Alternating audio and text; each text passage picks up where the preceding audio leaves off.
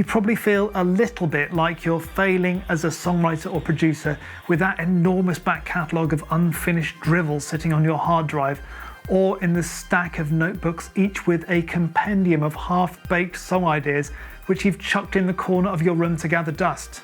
Now the guilt is creeping in. You can't move forward until they're all finished. Somehow it's stopping you from getting into the creative groove and producing a work of unsurpassed genius. Well, it might not be as big a failure as you first thought, and a simple change of mindset could hold the keys to getting those creative juices flowing again, especially if it's holding you back in a major way. I mean, sure, if you're not getting anything finished and you refuse to share any of your work, you may need to re-evaluate what you're doing, possibly find a way to build up some confidence, or spend some time studying your craft so you can be sure that your detractors aren't going to be berating your music on grounds of quality, but simply that it's not to their taste. Don't give up though. We all started somewhere and we've all reached various plateaus in our development.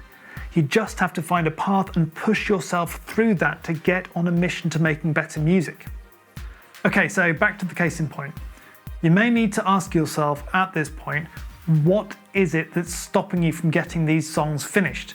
I mean, it could be down to a number of things: a lack of skill, a lack of discipline, or a lack of confidence. You may have run out of inspiration, or you've bought into the pervasive narrative on the internet that every song needs to be finished no matter what. You may want to ask yourself if you're really putting in enough work into each track. You also need to understand what you consider to be finished and how long that should take to get there. We do tend to judge our work in progress against fully produced tracks. There's no doubt that some people can bust out a tune in 5 minutes and then have it go to number one. Then you hear the finished, fully produced article and presume that whole process took only 5 minutes, which I can guarantee it didn't. I mean, is it a bit weird that many songwriters and producers believe that somehow they should be able to write some kind of masterpiece or opus every time they sit down in roughly the same amount of time it actually takes to listen to a song? How realistic is it that you're going to get into that kind of flow every single time? So with all that in mind, what are we going to do with all these odds and sods that we've started but haven't finished? Well, let's look briefly at one of the greatest painters and inventors that ever lived, Leonardo da Vinci. As you know, painted among other things the Mona Lisa, but what he also did was practice specific details of his work until he got it right. In fact, it transpires that he had notebooks with some 13,000 pages of notes and sketches. Wow. One of the great masters didn't show everything he'd ever done to the general public, and he practiced and experimented. Wait, what?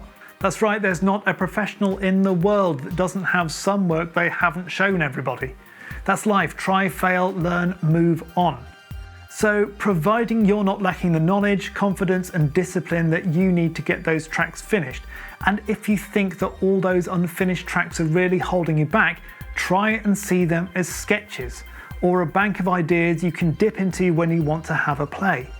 To get good at something, you have to practice and be free to decide what works and what doesn't. Not all ideas pan out, and that's okay.